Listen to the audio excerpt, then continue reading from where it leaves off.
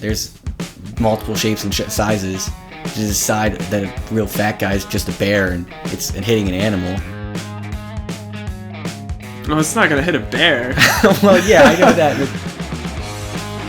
It will determine the Launch speed.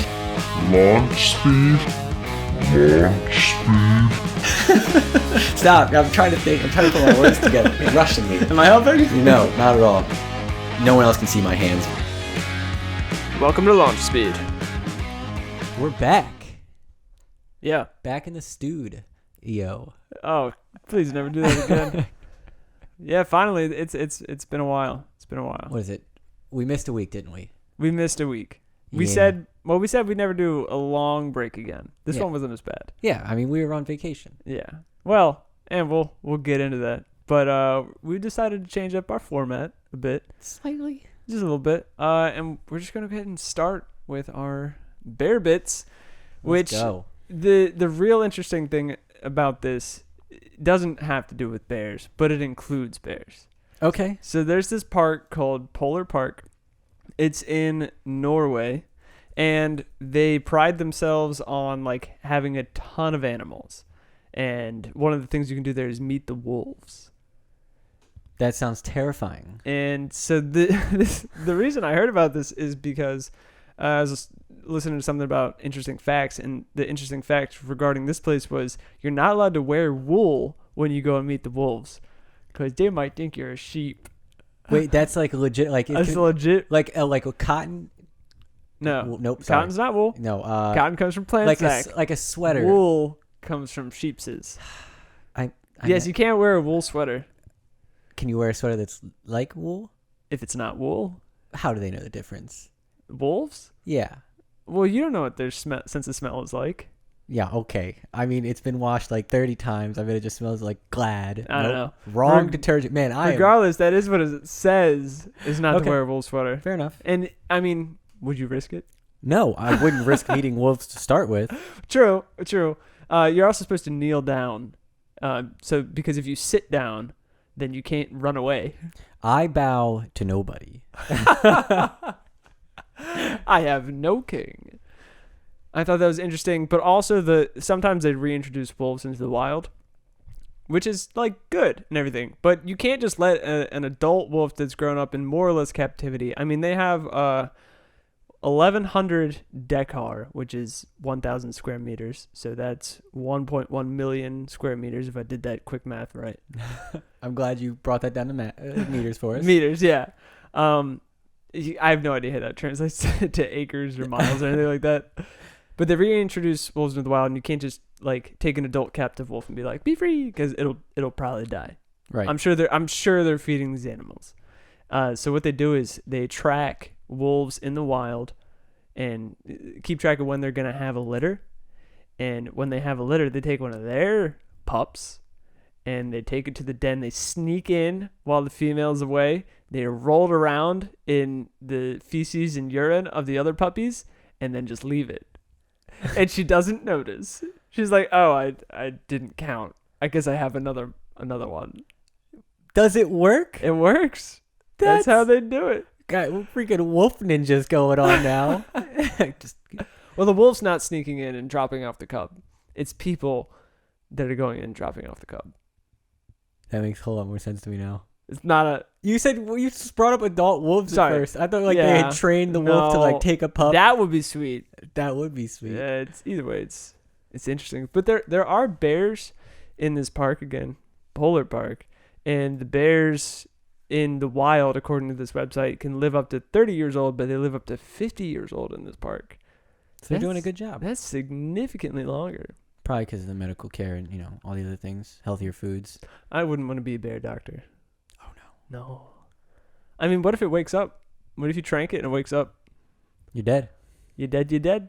Well, maybe not. They're probably pretty groggy for a bit. Would you be interested in visiting? Not seeing the wolves, just like going to this park in general. Yeah, it sounds pretty nifty. I mean, it's in Norway, so it's pretty cold. Like most of the pictures on here are in snow, and in a lot of snow. Well, that kind of makes sense. Right. Since Right. it's the polar park and not just the Four Seasons. That's true. That's true. I don't know. It seems like it'd be cold. It's pretty far away. Is that a yes or a no? Yeah, it'd be cool. It'd be cool. Took us forever to get there. It'd be cool. There's no. They have 6 bears.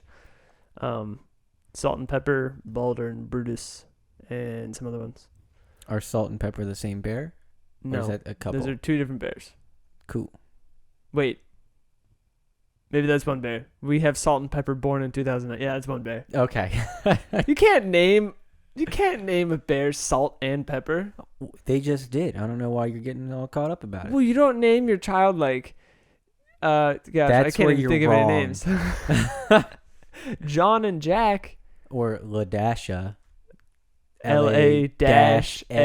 Yeah. Yo, speaking of weird spellings, we talked about this the other day. Why in the word Q are there any other letters?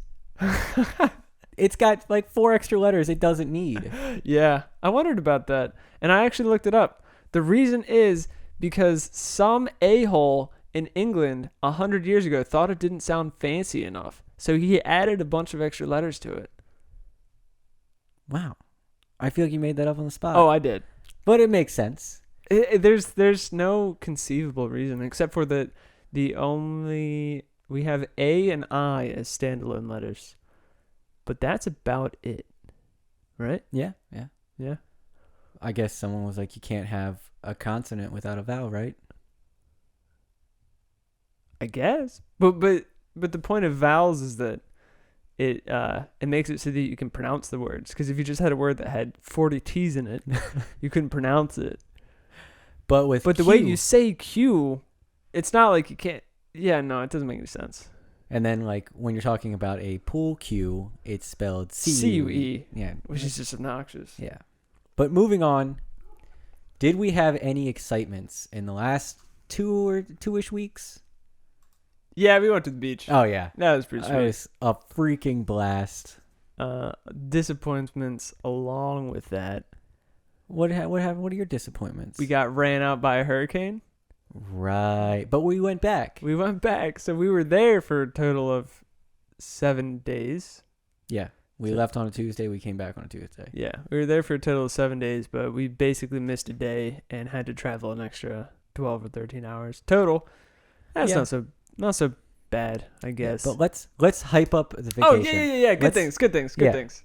What was your favorite part? Driving on the beach. God, I knew that. Didn't have to get through the sentence. Driving on the beach, for sure, 100%. Because, we got this truck back in March, Toyota Tacoma, and I have wanted to take it out on the beach ever since. And I went to the beach, and I was like, it's not allowed, and I'm not willing to risk it. I don't know. It could be like $1,000 fine. Like, nope, not about it. So finally, I was able to take it on the beach, actually off-roading with the off-road package, and it was nice. It's nice. It seemed to handle. I never got to ride in it while you were off-road. It was super smooth. It was basically like driving on pavement. That doesn't sound nearly as fun. Except for you can mess around like you can in sand. There. That's. I bet that was fun. Yeah. But the Jeep felt like I was off-road, and it was hectic. I mean, I guess it depended. Sometimes when there were not a lot of tracks, it was basically like driving on pavement. But when there was deep ruts, of course, it was more like driving off-road. And like the one time you were driving off the beach and I was following you and you were, I don't know if it was intentionally or not, swerving back and forth, and I couldn't get out of your rut without going 5 or 10 feet to either side. Yeah, I saw that you were following my tracks, and I did one to mess with Mom, and I looked back and I saw that you had to do the same thing. I was like, I don't think I can get out. And so I just started going back and forth, and then you eventually passed me, didn't you? I think so, yeah. Yeah. It was tough to get out there because we had a lack of space on the beach. The tide was coming in. I wish we had gone back out the last day. I wish we had had time to go out one more time. Yeah. And just drive. Yeah. Because the last 15, 20 minutes on the beach was the most fun I had driving, because I was just maxing the Jeep out to its capabilities. Just messing around. Yeah. I was trying to see if I could get it stuck because I knew you could get me out, but there weren't anything like that. No. I'd have to drive it into the dune. I really want to do some more off-roading with it, though. Yeah, I think it's time for us to go trail riding. Right, because you have a Jeep, and that's the one thing a Jeep is good for. I'm not about to do any rock crawling. No, rock No. crawling just tears. That's how you tear it up. Yeah. Yep. I totally agree. Also, we got some good fishing in. We did. For did. once in our lives, we went out with rods and we actually brought fish on or back Home. home. Or Yeah, we brought it we'll home. call home. Yeah. Yeah. Yeah. For like the okay, all right. We also bought fish as bait fish, and we brought them home too. Yeah. But we're just not gonna count that. Yeah, we in the first time we were there, we caught a couple of trout and a few pompanos. and a couple pompanos. Yeah. And then when we came back to the beach, we caught just a ton of bluefish. A ton of puppy drums. Yes. None of them were big enough to keep. And then some bluefish and some more trout. And I was so happy bluefish didn't have a limit because they weren't terribly big, but God, they were good. they were delicious. I mean, I've heard that once they get past a certain size, they just start getting like really, really fishy. I feel like that's still good because I like the taste of fish. Like I don't mind a fishy fish. Like white meat's delicious because you can prepare it so many different ways, but like when it comes to actually having fish, like the flavored fish, only certain things can go with it. Like Old Bay. It's just it's just pungent. That's all. Oh, that's true. It's just pungent. And I don't know. I've never had, or I don't think I've had an adult bluefish, but I think I've only had bluefish a couple times, and every time it's been really good. Yeah, and I did a half-assed job cooking them. Right, but I think it's just the meat is really good. As long as it's done and not overdone and not underdone, it's good. That was a super enjoyable trip. It's one of the more fun ones I've had. It's because I was there. It probably was. It's definitely nicer having not my sister run us all around. We missed her. We did. We missed her. We missed her. Or I did, at least. Well, I definitely said that it's a lot quieter without Lauren because even though it seems like she doesn't talk, it seems like she just riles everybody up. No. Maybe.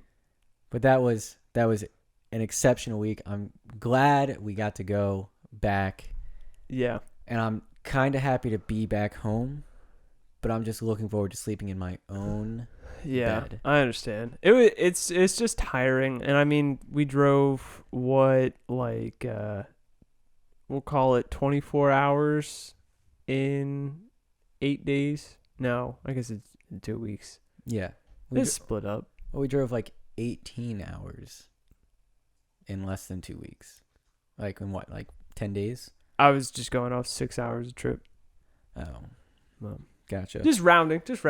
Yo, and also you guys let me drive by myself down there and back, and that is the boringest way to drive in the world. I had no say in that because I was also driving. We probably could have shoved you in the back seat, but I know you wanted to take the Jeep. I didn't buy the Jeep not to take it down to the beach. It's like when you guys are like, well, like, are you gonna buy another off-road vehicle pass? Like, well, yeah, I didn't bring it down here so I could leave it in the garage, right, or under the house, whatever you want to call it. I'm glad you got to use it enough. Yeah, I'm glad I didn't have to try to pull anybody out. That's true too. I didn't get to talk about that. Yeah, that's right. That was a huge dislike of the first time we went down there. So, Brent and I are, we just brought the Jeep down. I'm parked off like on the side of the ramp, kind of like the middle of the ramp, but it's still easy enough to get around me. And I'm airing down my tires because I've been on off-roading before, and you air down your tires unless you want to dig in. And this Jeep, Cherokee? Yeah. This Jeep Cherokee just kind of blows by us, goes right out on the beach. And I was like, oh, I guess I was kind of in the way. I kind of feel kind of bad about that. I air down my tires. I go out, and they hadn't made it 200 yards. They had just buried all 4 tires into the sand. And they're like, can you help us out? And I was like, yeah, I can pull you guys out. And the Jeep doesn't have much of a towing capability. It's, 1,000 pounds? Yeah. So, like, I can nudge you. I can, like, pull you a little bit and get you started, but, like, you have to drive with me. And this freaking a-hole, I swear to God, he either didn't take it at a park or he just left the parking brake on the whole time. He wasn't going anywhere. He wasn't even budging. No. With you doing everything that you could. I didn't see his tires move at all. Which, if you're stuck, they should be spinning. Correct. At least help me try to pull you out. So I ended up burning up. I didn't burn out my clutch, but I took some years off of it. quite a few miles. Yeah, it's I'll have to replace it way sooner than I expected now. Right. But it's my own fault. I should have been a better driver. I should have bailed earlier when I realized that this wasn't going to happen. Instead, I kept trying, and I ended up, causing minor damage to the vehicle. That's what you get for trying to do something nice. I mean, that guy was obviously an idiot. I should have popped all his tires. Just been like, you'll probably have a better chance now. Air down next time, asshole. Yeah, I don't know what the guy was thinking. I don't think he had a permit either. I can almost guarantee it. I would be so excited if he had to call National Park Services to get his truck or his little SUV pulled out, and then they're like, yo, you don't have an off-road vehicle. Here's $1,000 fine. Yeah, well, I mean, I don't think many people were going out on the beach that day since it was the day before we got evacuated due to the hurricane. And it was raining at that time, too. Yeah. So I wouldn't be surprised if National Park Service came by. And they came by where we were later in the day as well and checked out one of our vehicles. Said, hey, I noticed you don't have a pass in your window. Do you actually have a pass? And we did. Everybody had a pass. We're not that ballsy. No, that's. I mean, I asked her how much a fine would be, and she didn't give me a straight answer. But I would guess between $500 and $1,000. Yeah, I'm sure it's hefty. Because the reason that you really need the permit is because there's wildlife sections on the beach that they rope off, and they want you to know and be aware. Don't drive in those sections. Yeah, and that's all the off-road vehicle pass tells you is don't drive in roped off areas or restricted access. And air down. And air down to 18 or less. Right. And we aired down to 18 and drove quite a few miles without airing back up again. Yeah, but it worked out pretty good. Yeah, my tires don't seem like eggs, so yeah. If they pop randomly, I guess I'll find out that was not good for them. Well, it probably wasn't too bad. It was really only 20 miles. Yeah, if that. I mean, it was only 7 miles to the ramp and back. So yeah, 14 miles then. Yeah. Between, and we didn't hardly go anywhere else. No, it was fun though. I really enjoyed our time there. I wish we could be there all the time. I've got one more dislike. So, I had to follow you the entire way down to the beach this time. And this gentleman right here likes to play Where Are We Going? He gets over in the far left-hand lane and then decides that his exit is right there. That's not my fault either. And he just puts on his left turn signal, starts to get over, and then he just veers hard right, 2 lanes over. And then I've already gotten over the left-hand lane because what we were doing was you would signal that you wanted to go left, and I would, make sure no cars could come running up behind us. Which is pretty sweet. Yeah, I felt like that made it so much easier. But then you bait me over to the left lane and then just take off down an exit, and I'd have to cut off like 3 people to get over there. Blame the navigator. Blame your brother. He was navigating. Did he not just give you a mile heads up? No. Oh, he just was turn right? Well, especially when we took a huge detour because there's a lot of traffic on the route down. Yeah. And so that was most of the surprise exits. That was. I did the one on purpose. Intentionally, I got into the left-hand lane and just swerved over to the exit. But besides that, no, it was the navigator. All him. Okay. He's not going to listen to this, so yeah, 100% his fault. Yeah. 100%. I'll blame him too. Yeah, fair enough. I had my own mistakes navigating on the way back, but they didn't really set us back at all. It was just a less nice drive for about 30 miles. Yeah, and the Jeep is not a good follow vehicle. No, especially when I don't know. You said it was annoying, but I have adaptive cruise control, which is just so nice. It's just so great for drives like that because I set a speed, and if I catch up to a car, it'll lock onto that car, and then it'll set me a certain distance behind and maintain my speed or maintain their speed. Basically, If they speed up or slow down, it'll speed up or slow down. Super nice. There's some quirks, like if somebody cuts in front of me, it'll brake for me, which is annoying, even though there's plenty of room. It's less than the distance that I have set, but it's super, super nice. It just makes it so easy to drive. It's not easy to follow you, though. Because I'm adaptive and you are not. No, I was just, it was either I'd let space open up between us because, the odds of me getting my cruise control set to the exact mile per hour, 0.1 or whatever, however exact they can be, I could never match it exactly. So I would either creep up slowly or I'd back off slowly, and then I'd have to speed up a little bit, or I'd have to slow down a little bit because I didn't want to be tailgating you. And then like you'd get up behind cars, and it seemed like you didn't want to pass them because you had already matched their speed, and I would just come racing up behind you at like 75, and I was like, "Geez, Brendan, what are you doing, man? Like use like a turn signal and get over." What we need is walkie-talkies. Oh yeah, 100% what we need. that drive would have been so much better with walkie-talkies. Yeah. It would also help with the actual drive. I could be like, "Hey Zach, I set my cruise control to 65," Yeah. and then you could get like 200 feet behind me and set it to 65 and maintain relative distance. Yeah. But the thing is, driving, you've experienced this driving a manual, but you let a lot of space open up between you and the car you're following usually. Right.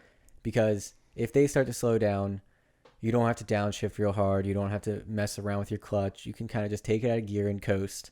But for some reason, I meant to look. There must be like a sticker on front of my car that says, "Cut me the fuck off." It's because you leave so much space. Who cares? We're not going anywhere faster. Well, are you talking about a specific instance here? Yes, I'm talking about specific incidents here.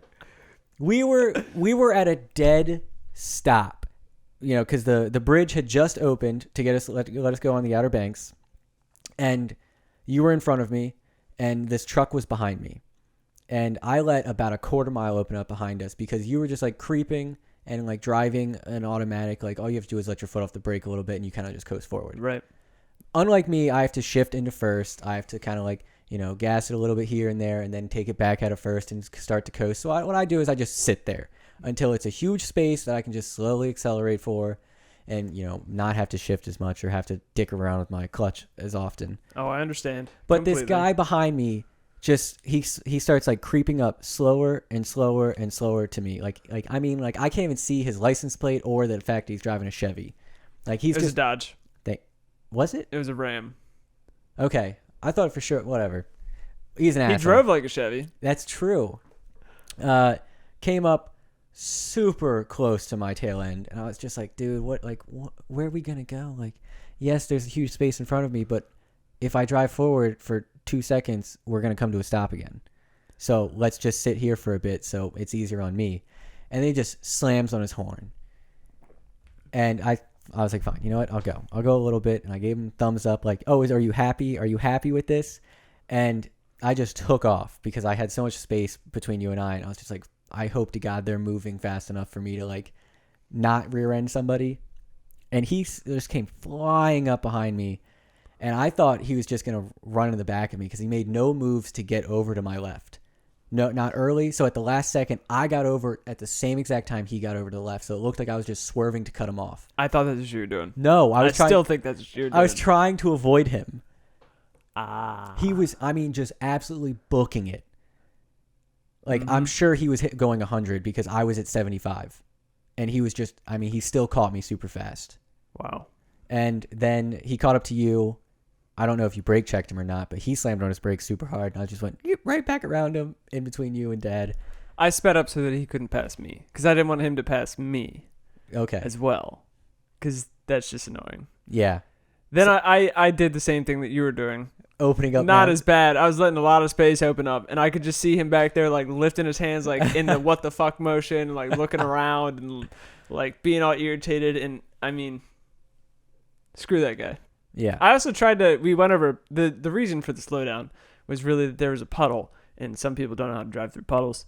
But we got to a point where there's sand on the road, and I just slammed on the gas and tried to spit sand on his car, but I'm pretty sure I just got it on the underside of mine. Well, you should have waited till there were rocks because your car is the perfect pitching machine for small pebbles. Man, it's not my fault. It is. You didn't put mud flaps on your truck. That's true. I'm going to get those bright red mud flaps put on the truck. Oh, okay. They look really good with the dark The gray. podcast will stop that day. Okay. All right. All right. Enough about vacation. Let's actually get into the meat of things. That was probably the meat of things, but moving on to dessert. So my favorite thing that I found this week, and if you can't tell, we're going for more free form. Yes. My favorite thing that I found this week is that they are making assistant things. What would you call it? What would you call it? Voice. visual assists for people that are visually impaired. I would call it. I wouldn't say visual assists. I would say sensory assists for blind people. Well, what are they calling it?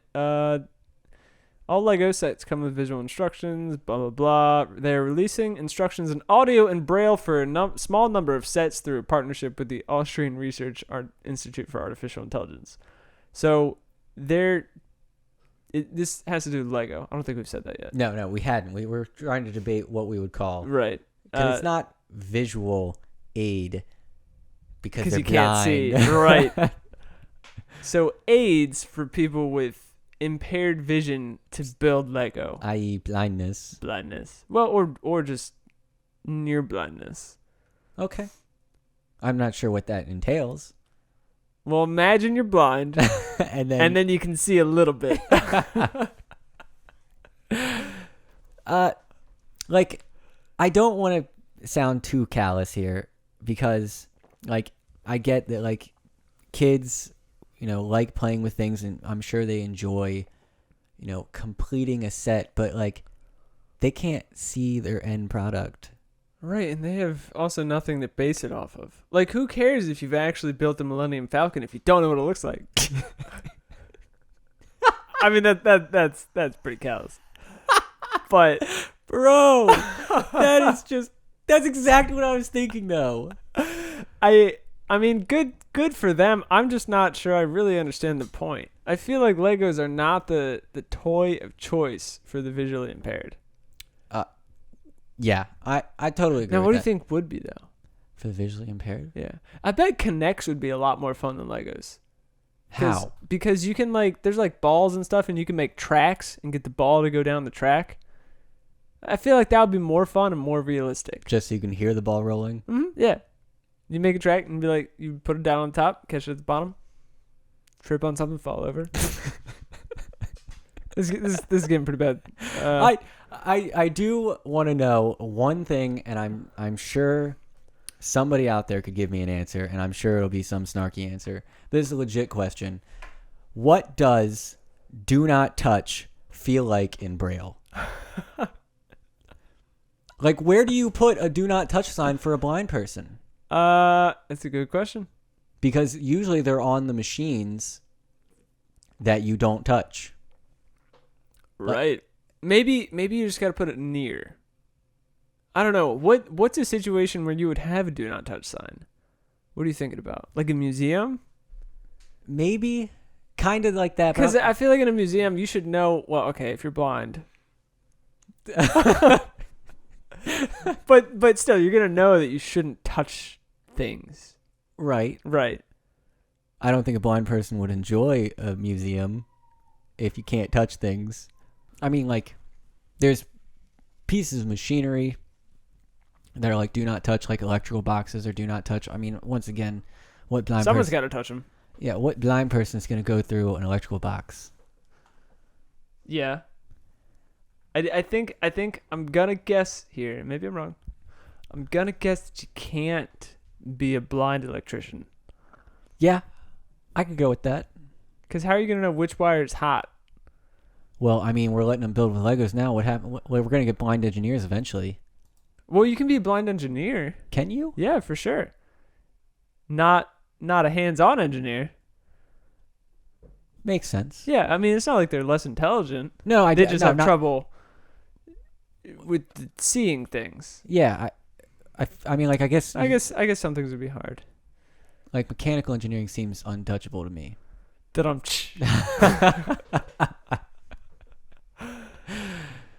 And maybe aerospace, but I guess, like, if you know the object and you know physics really well, I'm sure you could be a fantastic engineer and blind still. Also, maybe I'm going out on a limb here. I want to say that something like 78% of civil engineers are in fact blind. Because if you've ever been in a parking lot, they're almost all designed horribly. They're not blind. They only have their right eye dominant, and they only have a left eye remaining. Man, some of the parking lots around here are just garbage. They just put up these like little medians everywhere, so you can't get from one space to the other space without driving like 400 feet. Yeah, I get that. Which brings me up to my next point, which I didn't get to bring up last time, just a couple minutes ago. This is a total. Sorry, guys, we're done with the blind Lego people. Kudos to these guys for doing this. I think it's brilliant. It seemed rather ironic to us that Legos, which is a visual building pieces, are for the blind now. They love the freedom the instructions give them to build like their sighted friends, wrote Shilfrin in an email to Engadget. Did you actually? Oh my God. What? Nothing. That sounded super condescending. No, that's a direct quote. Oh. This is the creator, Shifrin. Cool. Mm-hmm. He's the guy doing the instruction for Well, blind people. kudos. Anyway, sorry, continue. Kudos to that guy. Let's move on. You brought up parking lots, which brings me to a certain point that I wanted to make. People who back into spots are utter and complete trash. I 100% disagree. I know you do because you're the one who does it. Your dad also does it. It doesn't matter. It's still a trash move. Explain yourself. Okay. All right. So everyone is rather impatient, right? Naturally, when we're driving around. When driving, yeah. Yeah, we're naturally impatient. Most of the time, people are impatient. Gotcha. Yeah. So, I mean, like today, specifically today and other instances, I really, really had to pee. And like what happens is that person who backs in their spot, they always find the first spot in front of me, and they put on their turn signal, and I'm like, cool, pull into your spot. And then they start to pull past it. I'm like, no, don't be that guy. And then they take the whole damn section. They cut off both lanes because no matter if you're in a small little, smart car, you still have to go all the way over to the other lane for some reason. You drive a truck, you have to cut off both lanes to do it. And then you guys back in slowly. I get it. You want to be careful. Cool. Kudos to you. You're an asshole because you kind of like pull in slowly and then you straighten out where all you would have to do is just go straight back. But no, you like do like little micro adjustments because you want to be perfectly straight because I'm such a good parker. I do that. I do the micro adjustments. I know you do the micro adjustments and it just kills me because it takes so long. Well, just park your freaking vehicle. Well, you know why people do it? It makes it easier to pull out. No, partially. Trucks have a long wheelbase. Yeah. And it is tough to, especially in a lot of parking lots that are designed by blind civil engineers, it's tough to pull into a spot if there's a car parked on either side of you. There's just not a lot of space, and trucks do not turn as well as a Jeep does. That's true. So I'll give you for trucks. I could see the argument for it, and I totally get it, but most of the time it happens to me. It's somebody who just like wants to park at the very end where I also like to park, but they have to back in to do it, and they have to cut everyone off. So next argument for regular cars is, would you rather be delayed when somebody's getting into their spot or when they're getting out of their spot? If getting out of their spot, because usually I can take it. What do you mean? Like if they're coming out of their spot, I can wait to get their you can take spot. Their spot. Yeah, but when they're backing into it, obviously I can't take that spot. I have to go find another one. But I have to wait 10 minutes now because you got to be prissy pants and getting your damn spots perfectly straight. What about the safety factor? It is safer to pull out than it is to back out. I 100% agree. It's always safer to pull out than to back out. than to back out. But yeah. It's still irritating. It's just one of those things that irk me because the first time I saw people do it, it was with like racer vehicles. They had a nice fancy car, and for some reason they felt like they were a superior driver because they could back into all their spots. Well, they probably just wanted people to see the front. Yeah, and that's exactly why they're twats. And then here's just like the icing on the cake for me, and it's my last thing that I'm just gonna little rant on here, is the people who drive the racers that like I was talking about, usually golf drivers. They open their door. I've never seen that, but I believe it. I saw it in college all the time. People would back up, they'd like throw open their door, and they look down at the lines to make sure that they're dead in them. It's just like, bro, you've got mirrors. You've got a mirror in the middle. Like, You should know the spacing of your vehicle. You shouldn't hit things. You should. You should be a better driver. You should. But some people just like to be perfect. So coming from somebody who drives a nice car that is liable to get dinged up, I always park on the ends. Yeah, and that makes sense to me. I back in almost all the time because I have one time ran over a curb that was only like 5 inches high, but that's high enough.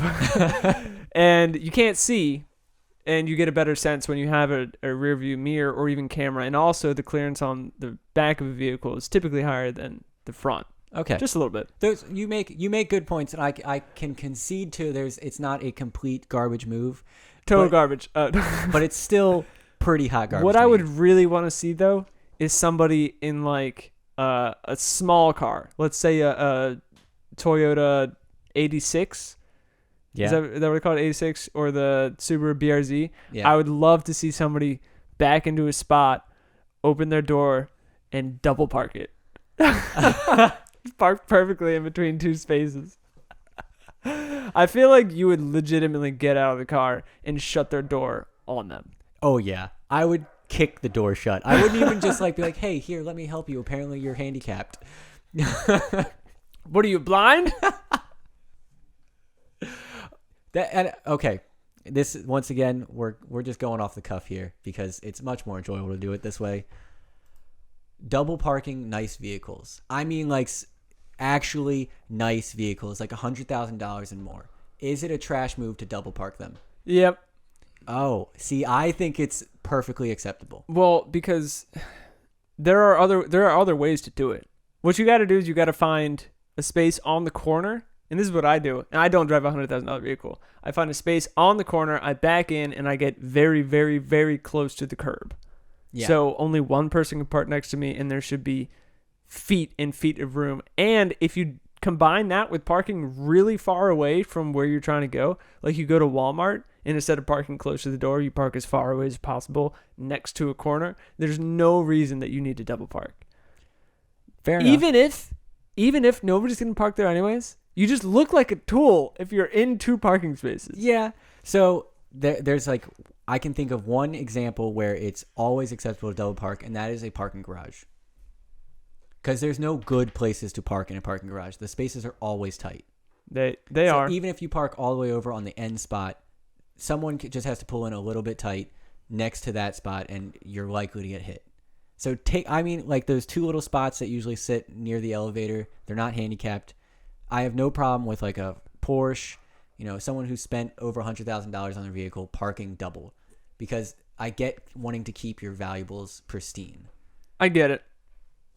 I still think it's a garbage move. I don't think it's garbage. I think you're a tool, but I don't think it's garbage. Okay. It's not like there's no justification for it. Right. There's justification. It's just that most of the time, the cars are not that nice. Yeah. I mean, even I drive a vehicle that you would be hard pressed to ding my vehicle since I have running boards that usually right. You'd hit the running board there. Yeah. You couldn't hit the side of my car unless you hit it with a truck door. Right. I still park far away from everybody. I do too. I do too. Even in the truck. Or I park next to somebody I know. Yep. Because if they ding my car, I will rip them out of their freaking skull. And when I park next to somebody I know, and we're like leaving at the same time, I'll park closer to them so there's more space on the other side of the car. Yeah. And here is life advice from us to not look like complete tools. Is that it? That is it. That's all I've got about driving and blind Legos. That was a tangent. Wow. Yeah. Speaking of tangents. Well, you brought up Walmart, and that was one of my favorite stories I've read about this week. Oh, yeah, that's right. So Walmart made a post about one of their employees of the week or month or whatever. Who cares? A stellar employee that they wanted to recognize. And so they posted her picture, and they said she does, she has speedy service and all the compliments that she's get. It's just amazing, so we're awarding her. We're giving this award. And it's on Facebook, and the comments on the Facebook are just like absolute. I wish I could be this funny in real life because it's so goddamn witty. Because it's just people just obviously, I would say take the piss, but that's not the right. That's the right term. That's the British term. Yeah. Messing around. Yeah. I guess, for lack of a better word. All right. So here are some of the comments. Somebody was like, "Congrats, Sam. You deserve it. You always go above and beyond. I went to Walmart for a Craigslist deal, and the other guy wouldn't sell me his couch. Sam went to her house during lunch and brought her love seat and rung it up at the 10 items or less line. Thank you, Sam. You are the true MVP." That was my favorite one out of the ones that you read. That one was just so good. "Congrats, Sam. I was having problems finding the fruit and veggie aisle, and without hesitation, Sam grew a garden right then and there and harvested my fruits and veggies. I went in at 5:30 and was out by 4:30. Amazing." There's one more in here that I really wanted to share. "Congrats, Sam. I needed to get to the other side of town. I was in Walmart trying to steal a bike, and she caught me at the door. She asked me why. I started crying, thinking I was going to jail. She wiped my tears away and said, 'It's okay, little buddy. I got you.' She gave me the keys to her car and said, 'Pick me up at 5:30. I still haven't returned the car, but she is awesome. I've had the car for about a week." That's hilarious. I hope. I haven't seen any backlash about it, but I'm sure there is some somewhere. I don't understand why people would write that stuff, though. Obviously, to take the piss. I guess. It just seems like you would have to put so much thought into that. Well, maybe for them, Brandon, they're just truly witty people. There are very few of those. You're damn right there are. Actually, probably more than I think there are, but you know who's not witty? Who? The BBC. The BBC. I mean, they tend to be pretty damn witty. Well, in Top Gear, yeah. Yeah. Or in the old Top Gear before they got rid of Jeremy Clarkson and Richard Hammond and James May. Speaking of which, Grand Tour's coming back next couple months. I don't know when. I don't know if they've released it, but I just got to bring it up again. I'm going to guess November, and it's going to be all specials. Yes. It's not going to be any of the in the studio crap. It's going to be all specials. I have mixed feelings about that. I really like some of the studio parts. The Conversation Street. Yep. Yeah, Conversation Street's good, but the specials are really the best thing. Yeah. The best thing. But we're not here to talk about Top Gear. Right. Well, I was going with that. The BBC, they're making a voice assistant because I guess everyone else is doing it. Hop on the bandwagon. And they're calling it The Beeb, which I just think is the stupidest name they could have come up. Do they like Justin Bieber? Like, they must. Did BBC just make a public stance on Justin Bieber with this? They like it. The Beeb. They like Justin no. Bieber. Yeah, no, they're calling it, well, okay, maybe not The Beeb. They're calling it Beeb. Still, though, that's close enough. Yeah, I mean, when you hear The Beeb. In fact, way too close. I think it's, I mean, he's Canadian. Maybe they're paying homage to him. Homage. Whatever. Did you see that recently Apple has gotten a lot of flack? I think it was Apple. They had contractors review some of the footage from their Apple home. If it's not Apple, then I apologize. But it's something like that. So they like review, not the footage, the recordings, to see if the device was doing what it was meant to do. And they just heard all kinds of weird shit. Jesus. Like all kinds of weird stuff. And they've canceled that program. They're no longer reviewing it with human engineers. But makes sense. They probably still are, though. Oh, yeah. 100%. It's going. Whatever. That thing is constantly on. Yeah. I've talked about it too much. So what exactly is the BBC's voice assistant offering us that Alexa or what's the other one? Other popular one? It's Google Home? Do you say Google for that one? I thought that was Alexa. No, yeah. No, you said for Alexa, you say Alexa. For Google, you say, or I think you say, okay, Google. Okay. Hey, yeah, like my phone just was like, hey, what's gotcha. up? Okay. So yeah. What is their voice assistant provide? Shut up, Google. God, what is going on? I don't know. They're just doing stuff with it. It's not going to come with its own hardware. It's just going to be an additional feature for the website and their app. And it doesn't seem to have a role there, honestly. It just seems pointless. I just don't get what you could possibly get out of that.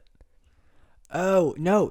You missed it, man. Did I? It's to help people with accents. Because the voice assistants Is it really? in Britain don't pick up. Is it really? Yes. Oh, okay. All right. I like it now. Because we watched that funny video of Scots in an elevator. Two Scottish guys in an elevator trying to use the voice assistant, Yeah. trying to go to the 11th floor. Yeah, they. It's because the Amazon Echo and the Google Home doesn't pick up on the local accents in Britain because they're so different. There's so many of them. Yeah. I went to school with two Brits. One I could understand perfectly clear, and the other one, it took me about a year to understand what he was saying to me. Did he have a Cockney accent? He was from Leicestershire. He wasn't from Leicester. Leicester? He was from somewhere super north that had like a town of like 20 people. Oh. So he had like 20 people? That's like 2 families. So he had like this super hard northern British accent that was it was so hard to understand him at first. But once I spent a lot of time with him, it was really easy to pick up on. You know, I don't think that the United States has accents that vary that much. The deep south accents that can be difficult. Are really hard to understand. Well, especially around Louisiana. Yes, Louisiana. Like sometimes I hear them speaking, I'm like, I have no idea. Yeah. Because they speak I guess, at what point does an accent become a dialect? You are asking the wrong person, sir. You've known me my entire life. Why don't you know this? I'm not an expert at dialects. Because in Louisiana and New Orleans, where they apparently just butcher vowels, they speak like some mix between English and Cajun, and I don't know. It's just impossible to understand them. Yeah, no, I mean, we don't have the same Britain in the ratio of what am I going with? Britain in comparison to us is tiny. Teeny, teeny, tiny. And their accents vary so greatly in that tiny little space. You know the original British accent was an American accent? Did you know this? I did not. Oh, yeah. So I want to say around the time of the Industrial Revolution, the British were... the high class felt a little bit phased out, nobility, and they wanted to seem more noble, so they started talking real uppity, and it stuck. And because Shakespeare was before that time, they say you should do Shakespeare with an American accent because it's what was intended, because they spoke like us when Shakespeare was written. Does that not blow your mind that a bunch of people just trying to sound all high class and uppity formulated the accent for more than half the world? Because you go almost anywhere in Europe and they speak English with a British accent. Even if it's not their first language, it's got a British accent. You go to India, British accent.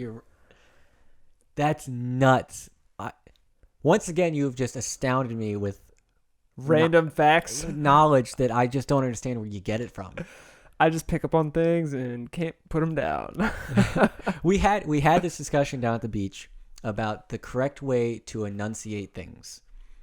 So I still stand with the general population should be right over the locals. I disagree. I know you disagree. I just want to put it out there to our listeners. Like, what do they think? Because we were sitting at dinner the other night and someone said, "Oh, they're from Kerala." Corolla. Yes, just like the Toyota Corolla. Uh-huh. They say it, the locals of 500 people, I had to go look up how big this town was. Of 500 call it Kerala. Uh-huh. And I think they're wrong. I don't care if they live there. Why? But the locals, they just were the ones who decided the name of the town.